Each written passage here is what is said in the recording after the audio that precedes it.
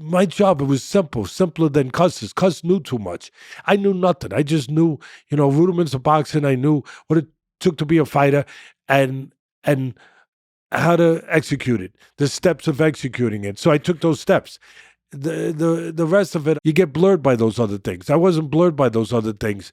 It was just get them in the gym, make them mentally stronger, make them face things, and teach them how to slip punches. And create holes and fill those freaking holes with devastating punches. This is a cuss.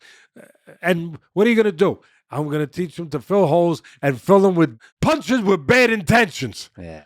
And that became the moniker. Yeah. And then Tyson would say that I'm throwing punches with bad intentions. Mm-hmm. Yes, you are. And how do you make it mentally tougher? So that part of the job. You said don't get a bloody nose, but the part of the job where it makes it mentally tougher. How do you do that?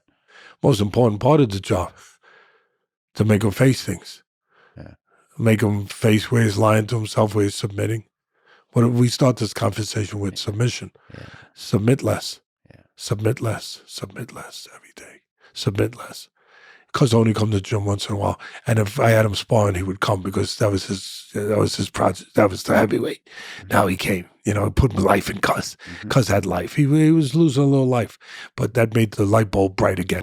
It did. And it was great to see. I felt proud of that. I felt connected to that. And that's why when it all went bad and Cuz took the side that the only side he could take, the side of the next heavyweight champ of the world. But he left me, his partner, the young master.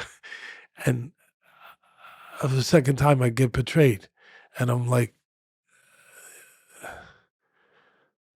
for a while I thought everything Cuz said to me was a lie. I didn't want to be any part of it anymore. Until I got a little more mature and I got a little past that, where I was able to understand. I was able to understand that just because somebody that you perceived as great in every area is you find to be weak in certain areas, doesn't mean that they can't still be what they were to you. It's something that can be understood or forgiven.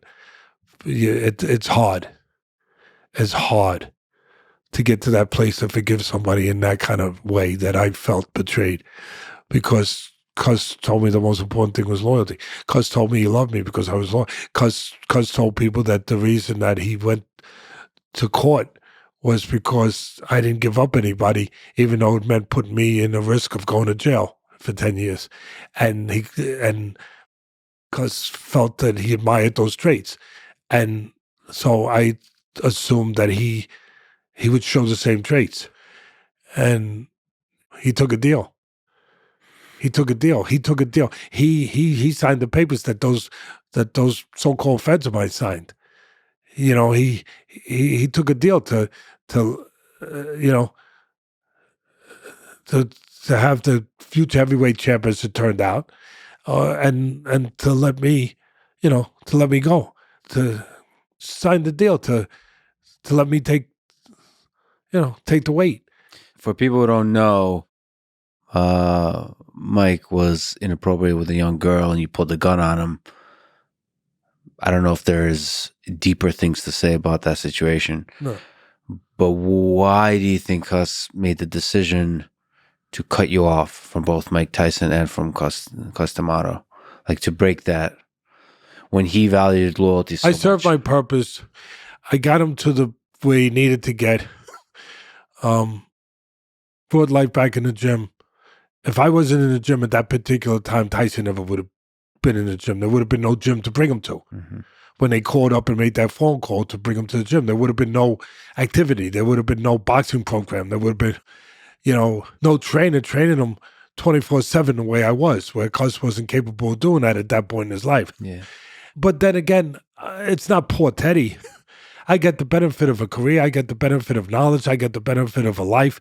I get the benefit of learning, of becoming hopefully a better person. I got the benefit of being betrayed again. But Well, that's a hell of a statement right there. I don't know what the benefit of that is. you can learn to forgive weakness, you know, when you realize how easy it is to be weak. And when you realize that somebody asked me, how did you get to the point where you could forgive? Right? It's a pretty good question, pretty simple, pretty basic, pretty important, right?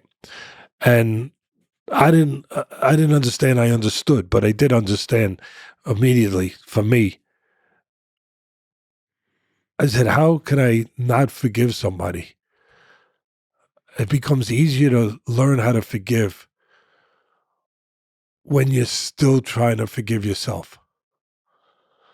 When you're still in the process of trying to forgive yourself for all your own inherent weaknesses and betrayals of people like my father in different ways that we forget very easily because it's handy and it's a way of surviving. It's a lot easier to figure it out, rationalize it, to to to find forgiveness when you realize that you still haven't figured out completely how to forgive yourself. I'm still trying to figure that out. And so that helped me figure out how to forgive Cuss. Because to figure out how to forgive me, I had to understood why I did these things, where the weaknesses came from, where the selfishness came from, where the convenience came from, that they really existed. But they didn't exist for malice. They existed for me not being prepared to understand that I could be stronger, to want to be stronger. And then I looked at Cuss. He wanted to be stronger, but he got to a point in life where he had been strong for a lot of his life. He was strong with me. He was strong with a lot of things in his life. And does everyone deserve a pass in life where he got he got to a place where everything was in one basket, the basket of boxing. He once told me that he never got married because it would have been selfish to a woman to have gotten married when his whole life was boxing. That he couldn't give to a kid, he couldn't give to her. He could, and and then I thought about it. He had no money really, and Jim Jacobs and Bill Caden took care of the bills, so he didn't really need money that way. But what was the payoff for that kind of life, that kind of commitment, that kind of sacrifice? Really, what was the payoff? The payoff was to have champions, to have a champion that would keep your name alive. You know, that word legacy, like what does it mean? Sometimes it's just a word, sometimes it's more than a word. It's a reprieve. It's a pension plan. Is being given a pension on your way out for the rest of your life. For your life wherever you're going. Yeah. You're going to wherever you're going for eternity. It's the only thing that you take with you is what you left behind. And for Cuss, it was all about leaving behind a mark that of champion. Yeah, it was attached to ego. We all have it. Yeah, it was attached to some selfishness and all. But yeah, it was also attached to wanting to leave something great behind. To know that you were part of it, that you existed for a reason, that you sacrificed for a reason. And all that freaking pain I brought my father. I was searching for something. Yeah, I made it into a righteous search. I did. And I made it into, it was okay because it was righteous. But it still did damage. It still did damage. It still hurt people. It still betrayed my father's trust.